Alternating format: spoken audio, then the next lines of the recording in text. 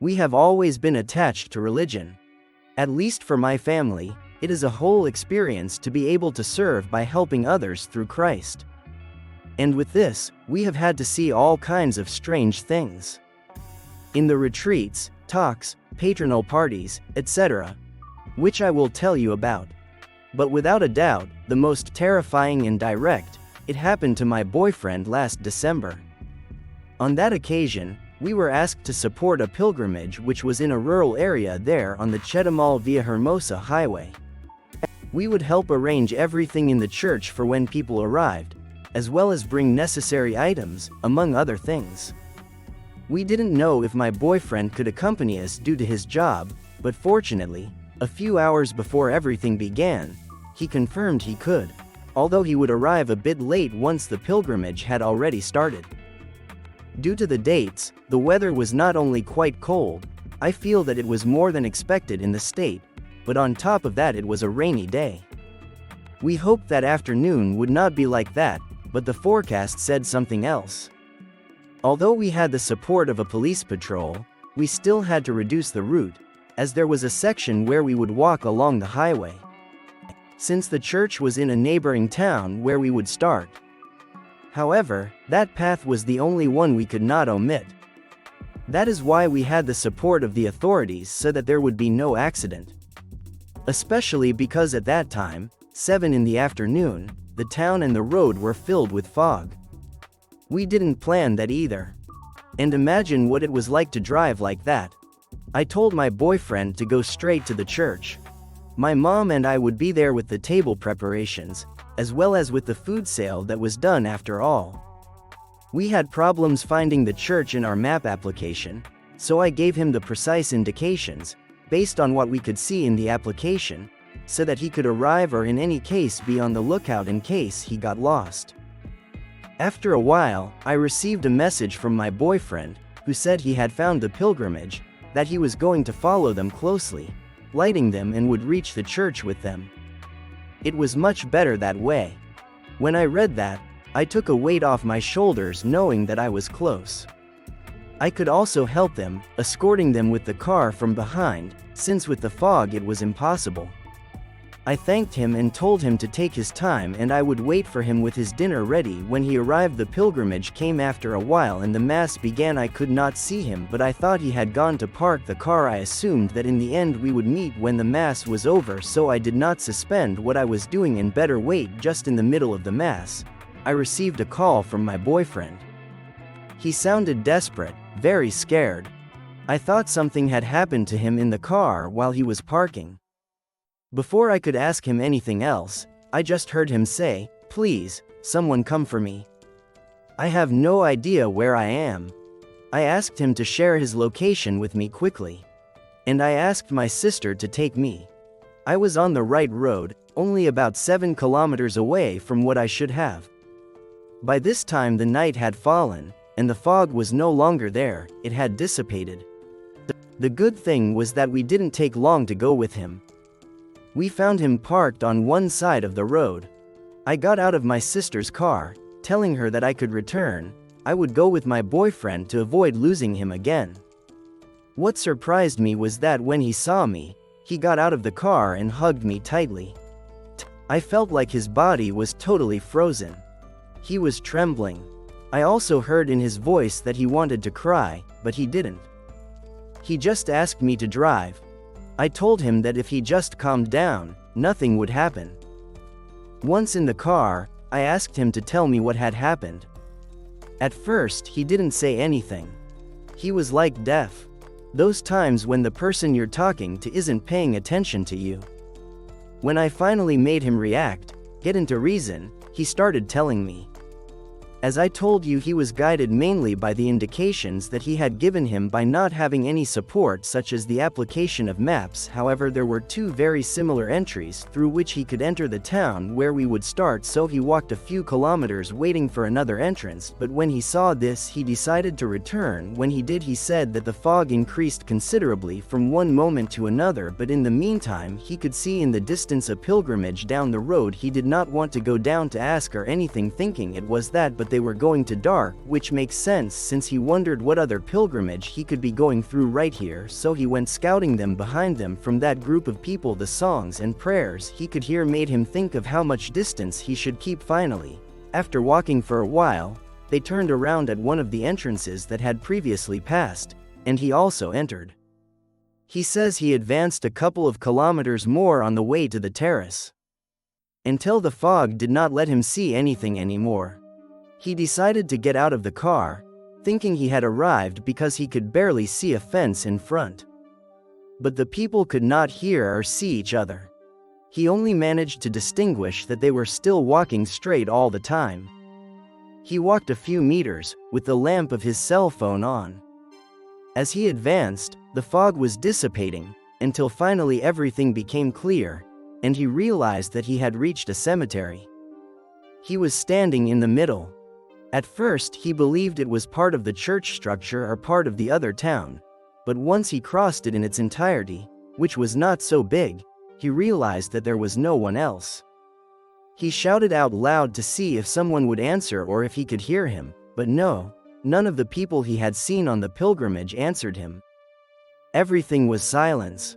He says he ran out of there when he realized that the cemetery was very old. The tombstones no longer had names, they were already completely consumed by time. Most of them were broken, there were wells everywhere, so when he got to his car he got out of there as fast as he could.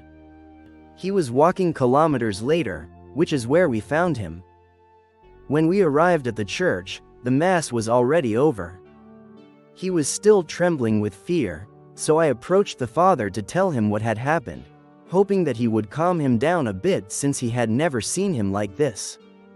The priest asked us to go to a place a little more discreet. Once there, he confessed to us that the sightings of the ghost pilgrimages, that's what he said, are very common out there.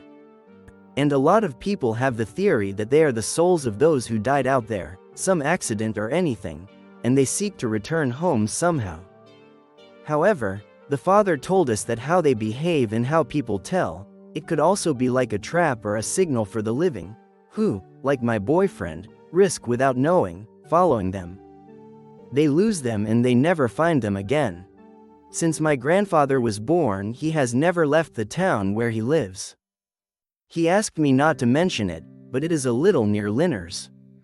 He has made exceptions, of course, of trips to visit other relatives or for his work in his time, but he has never lived in another place other than that. I partly understand. The rhythm of life, more than anything, is quite calm. I have stayed with him on many occasions and I have had a wonderful time, sincerely. However, I have always preferred the city.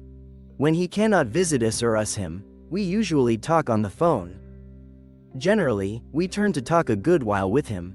My older brother, for example, they can talk for hours about baseball without getting bored for a moment.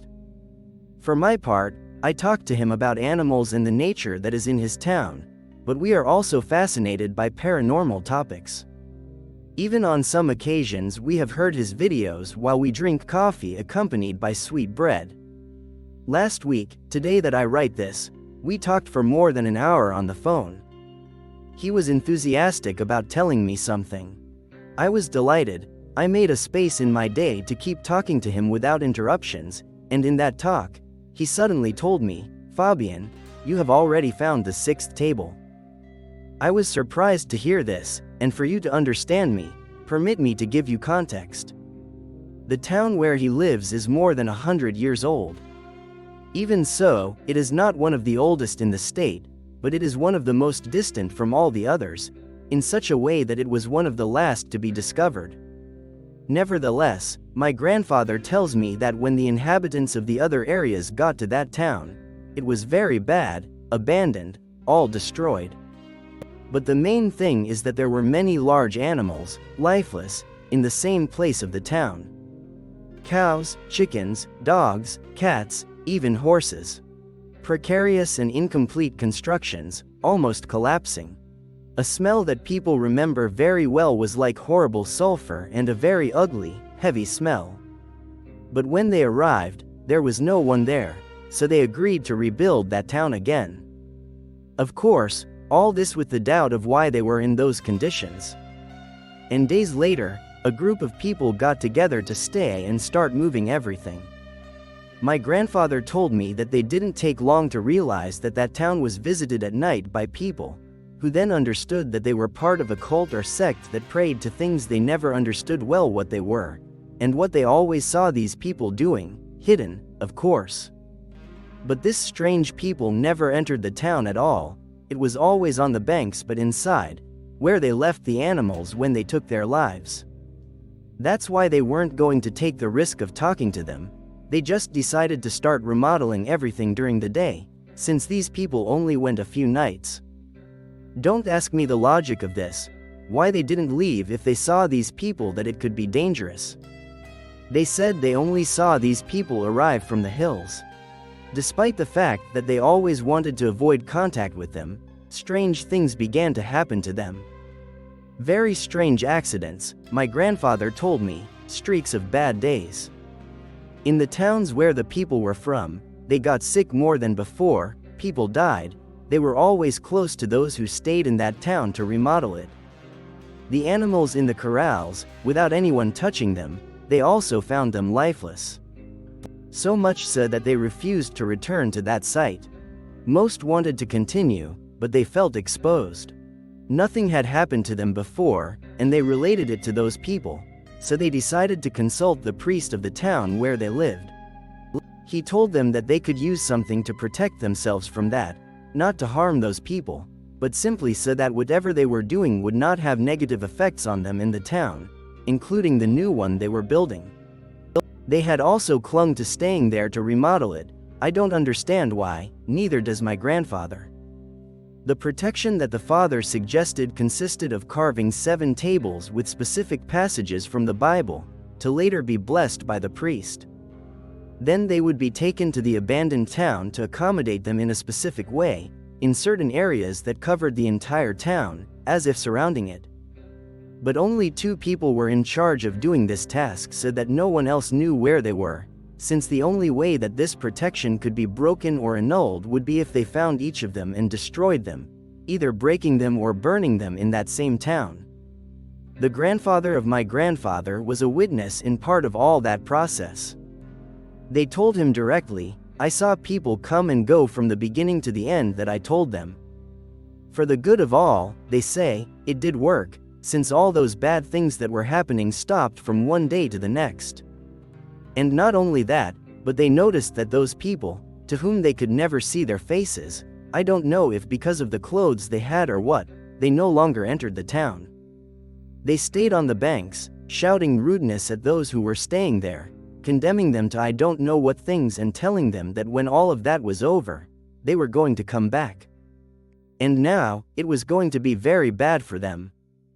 I hope that now you can understand the gravity of the matter, since as my grandfather told me, they had already found 6 and destroyed, and they assumed that those people were the ones who left them in the main square of the town, so that everyone could see them and be afraid. But those who could see them first, they took them away so that the others would not realize, since there were those who thought that all that was a simple legend.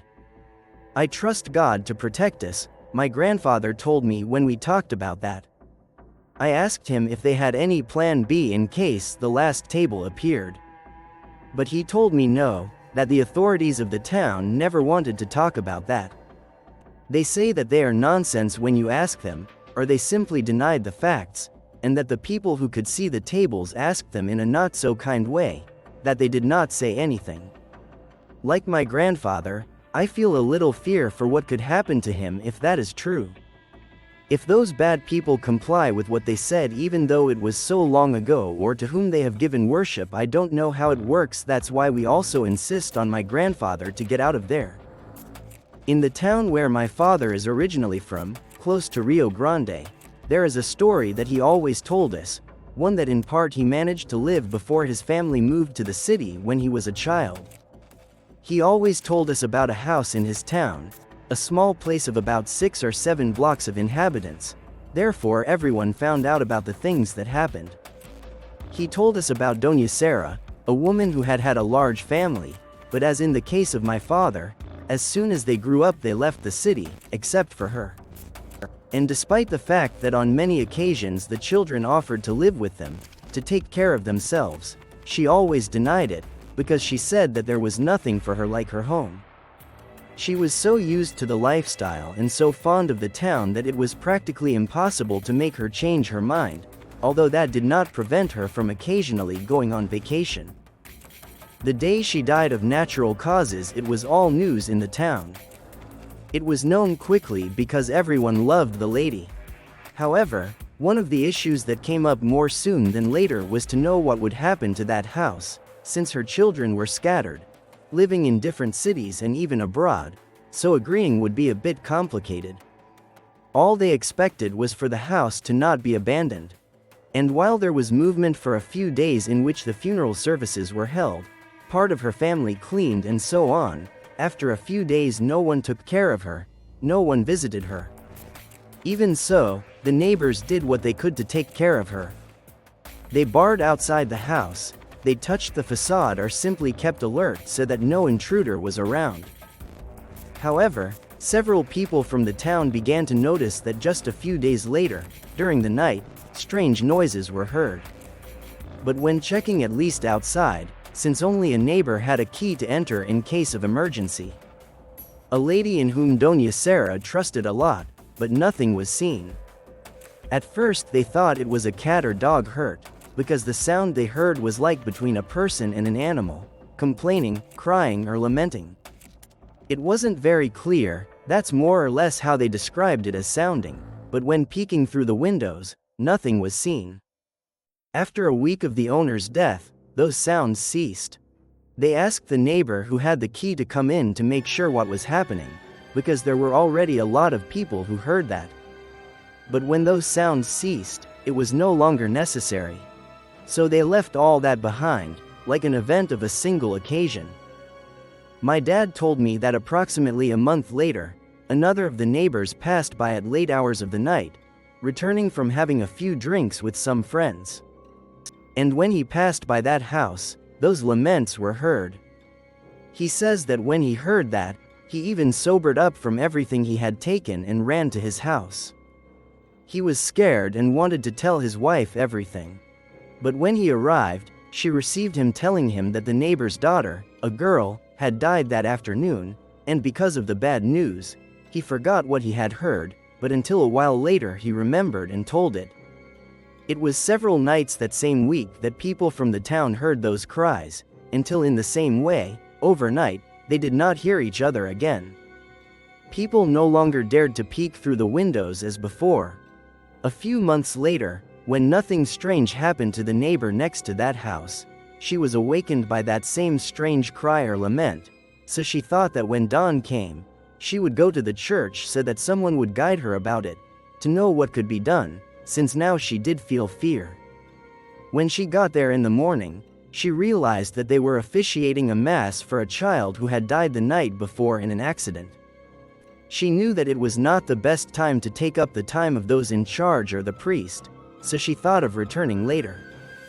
In addition, that served her to be sure that that phenomenon had returned, and would continue to manifest for at least a few more days. But, unlike before, the laments would last for more nights, more than the whole week of listening in the middle of the night, to someone complaining, crying, making strange noises, when normally they were 3 or 4 nights at most. When he told someone else, they asked him why he had not told the members of the church, and she only explained what happened the last time. Then he asked about the boy they were watching, but they told him that it was not just a boy, but 2 of the family who had died that night. They began to remember the previous times and realized the relationship between those unfortunate events and the sounds in that house. They kept that theory, hoping not to confirm it soon, not to have to wait for someone to leave this world to know if it was true. But a few months passed, almost a year, and yes, it was fulfilled, when a neighbor, already older, left this world and those sounds returned. My father says that in the village they assure that it is the soul of the old owner, which for me makes sense, who was very attached to the people of the village. Others said that it was completely the opposite, that when the house began to cry, it was that someone was going to die. Wow, this started before, although no one could know that. The children finally decided to sell it. They wanted someone to occupy it because they felt a bit of pity or felt strange when they visited that house and found it full of crosses, photographs, names, dedications of the people who were leaving, and the last thing my father knew was that it was sold, but who knows what they might have done in that house.